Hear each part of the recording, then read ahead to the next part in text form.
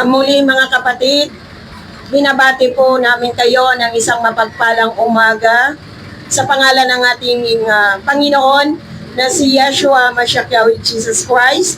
Kami po ay narito upang makapagbahagi sa inyo ng banal na salita ng Panginoon ng libre.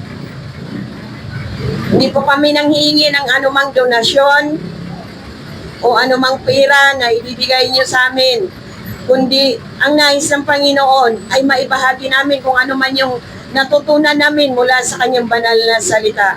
At bago po ang lahat, magbigay muna ako sa inyo ng panalangin mga kapatid para patnubayan tayo ng ating Panginoong Diyos. Yes, Lord, hallelujah. Panginoon, Yeshua, Mashiach Yahweh Jesus Christ, ang mapagpalang umaga. Narito kami ngayon, Panginoon, sa lugar ng Sapoti, Panginoon, palingki upang magbahagi ng iyong banal na salita, Lord God. Pagkaloob mo, Panginoon, na ingatan ang bawat isa na naririto na nakarinig ng iyong banal na salita, Lord God. Buksan mo ang kanilang puso at isipan, Panginoon, upang tanggapin ang iyong banal na salita, Lord God, at may isa buhay ng bawat isa, Lord God, upang makilala ka din nila ng lubos, Panginoon. Yeshua, Mashiach Yahweh Jesus Christ. Pag-ingatan mo nawa ang bawat isa, Lord God, ang nagmamaniho, ang mga mamimili, ang mga nagninegosyo, Lord God. Ingatan nawa ang bawat kalusugan nila, Panginoon, ang bawat paglakbay nila, Panginoon. Maghari ka sa aming mga buhay, Panginoon. At ikaw ang Diyos, ang dakila na tinataas at pinapasalamatan namin sa pangalan mo, Yeshua, Mashiach Yahweh Jesus Christ, to God be the glory. Amen.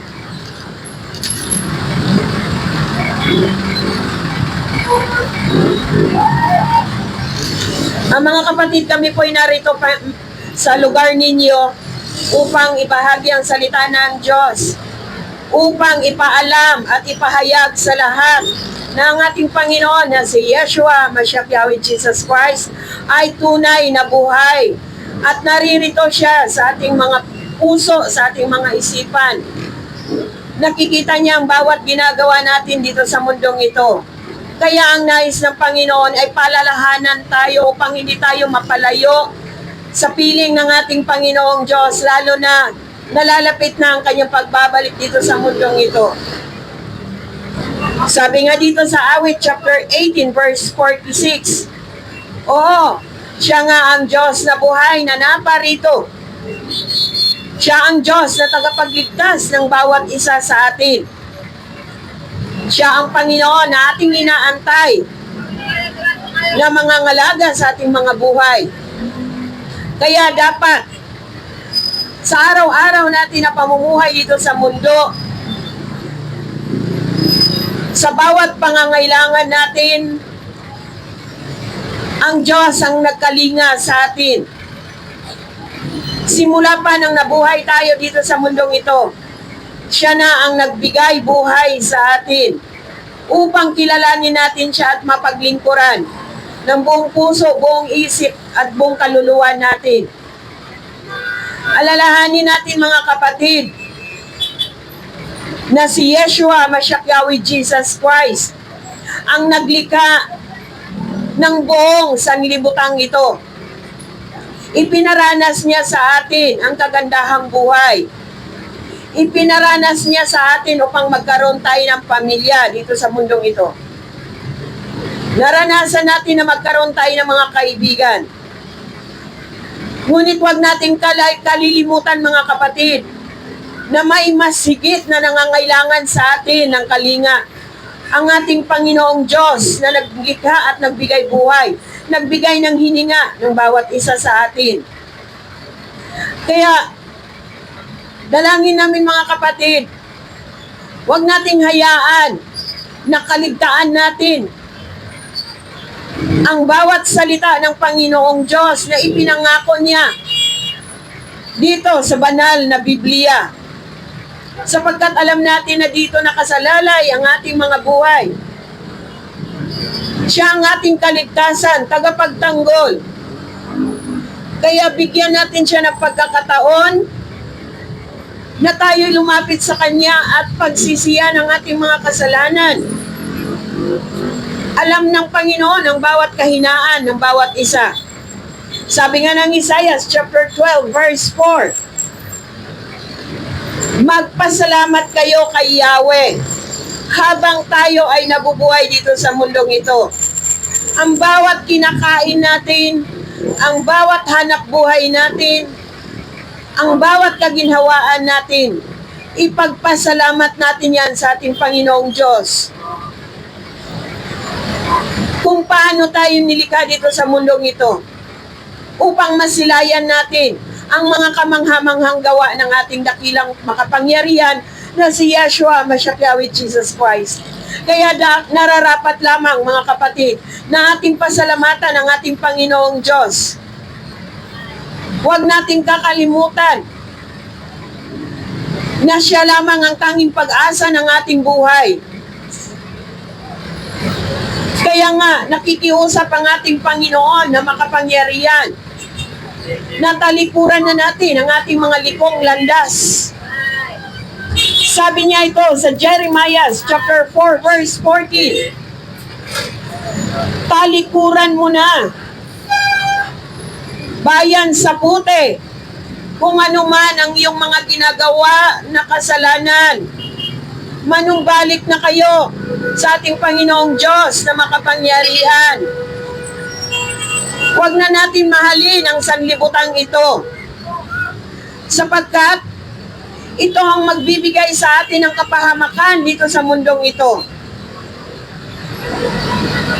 Alalahanin natin kung paano niya pinarusahan ang ating mga ninuno na sumuway sa kalooban ng ating Panginoon. Alalahanin din natin kung paano niya binigyan ng pag-asa ang ating mga ninuno na sumunod sa kanyang kalooban. Kaya nga mga kapatid, huwag natin sayangin ang bawat sandali natin dito sa mundong ito. Lalo na, nalalapit na ang pagbabalik niya dito sa mundo upang tayo ay kunin na ng ating Panginoong Diyos. Ngunit paano kanya kukunin dito sa mundong ito, mga kapatid? Kung ikaw mismo sa sarili mo ay nagkulang sa presensya ng ating Panginoong Diyos. Alalahanin natin ang araw ng pamamahinga. Huwag nating ipagkait ito sa ating Panginoong Diyos. At pakatandaan natin na si Yeshua Mashiach Yahweh Jesus Christ, ang nais niya ay sampahin lamang siya sa banal na Espiritu at katotohanan. Kaya nawa, dinggin natin ang panawagan ng ating Panginoong Diyos, mga kapatid, kung nais natin na maligtas dito sa mundong ito. Ibinigay na niya sa atin ang karangyaan dito sa mundong ito. Ngunit binigyan din tayo ng pagpipilian ng ating buhay. Kung nais mong sumunod sa ating Panginoon, buhay na walang hanggan ang kapalit. Ngunit kung magpapatuloy tayo sa pagmamahal ng sanlibutang ito, gumawa tayo ng mga kahilayan, gumawa tayo ng pagmamatigas ng ating mga ulo, pagsuway sa kalooban ng ating Panginoong Diyos, kamatayan ang kabayaran nito, mga kapatid. At hindi ito gusto ng ating Panginoong Diyos na mangyari sa ating buhay. Sapagkat ang gusto ng ating Panginoon, buhay na walang hanggan ang maangkin natin, na makakamtan natin ang gantimpalang ito. Pakatandaan natin, mga kapatid, na sa salita ng ating Panginoong Diyos, isa siyang Diyos na mapagmahal, mahabagin, maunawain. Ngunit pakatandaan din natin, mga kapatid, sa buhay natin, kung tayo na tao, may hangganan din ang ating mga pagmamahal. Ang Panginoong Diyos na makapangyarihan ay ganon din. Handa din siyang magpaparusa sa makasalanan, sa mga ayaw makinig at mapaghimagsik sa ating Panginoong Diyos. Kung ayaw natin maranasan ang mga parusang ito, mga kapatid, lumapit tayo sa Kanya at pagsisiyan natin ang ating mga kasalanan. Lumayo na tayo sa mga gawaing sanlibutan. Alisin na ang puot at galit. Alisin na ang mga pagsisilos, ang pagkainggit. Ipairal na natin sa ating buhay ang ibinigay ng Diyos sa atin. Ang 10 banal na espiritu, ang siyang nais ng Panginoon na makikita sa ating mga buhay. Kaya hindi gusto ng Panginoon na may mabubulok sa prutas na ibinigay ng Panginoong Diyos sa atin. Nawa dalangin namin mga kapatid, bigyan niyo ng pagkakataon, oras, panahon, kung meron man tayong mga Biblia sa ating mga pamamahay. Gamitin na natin ito, panahon na ito, para basahin natin ito, upang malaman ng bawat isa na dito nakasalalay ang ating mga kaligtasan at wala dito sa makamundong ito. Mahirap ang daan patungo sa kaligtasan sa kaharian ng ating Panginoon, mga kapatid. Ngunit walang imposible kung lumapit tayo sa ating Panginoon na makapangyarihan. Siya ang magbibigay sa atin ng liwanag.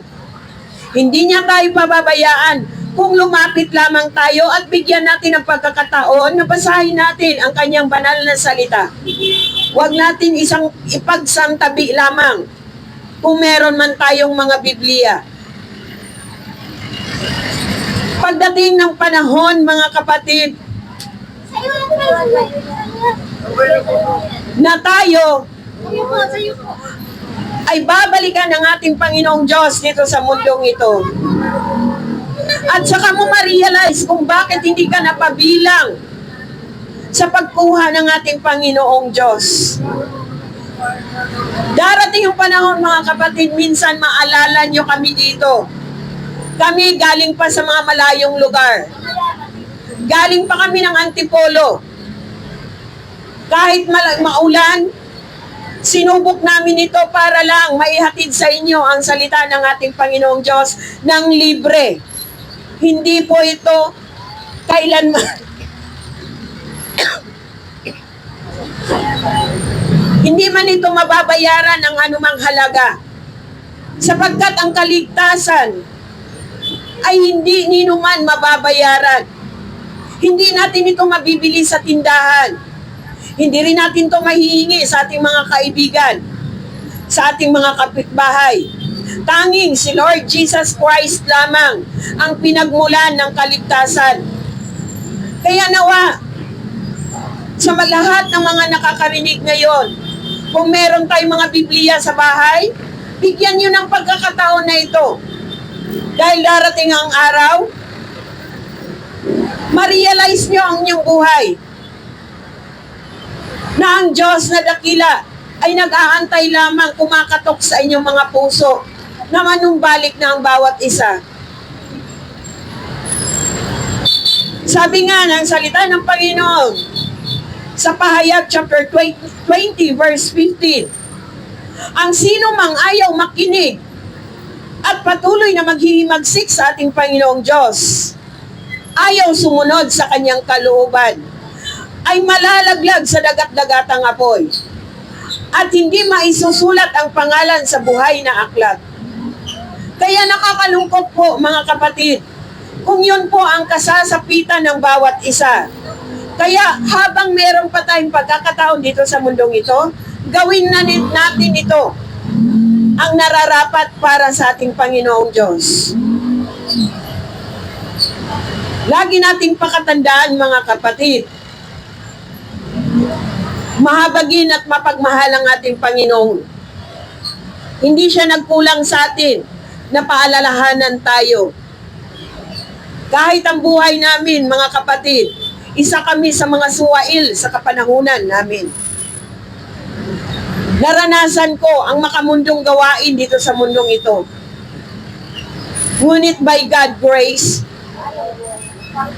binago kami ng Panginoong Diyos at nagkaroon kami ng takot. At dito namin nalalaman ang buong katotohanan na ito lamang pala ang makakapagligtas sa ating mga buhay. Walang ibang daan na ating madadaanan, kundi patungo lamang kay Lord Jesus Christ. Kaya nawa mga kapatid, bigyan niyo ng pagkakataon na pakinggan ang salita ng ating Panginoong Diyos. Sa lahat ng naririto, kung wala man kayong pagkakataon na magbasa ng Biblia, meron po kaming page o meron po kaming YouTube channel. Mag-visit lang po kayo. Yahweh Ministry 101, Yahweh Ministry 102. Kahit manood na lang kayo doon mga kapatid upang maunawaan ninyo kung gaano kaimportante ang salita ng Diyos para sa ating mga buhay. At meron po kaming Facebook account, ang Ruach Church. Sana mga kapatid, bigyan nyo ng pagkakataon, panahon.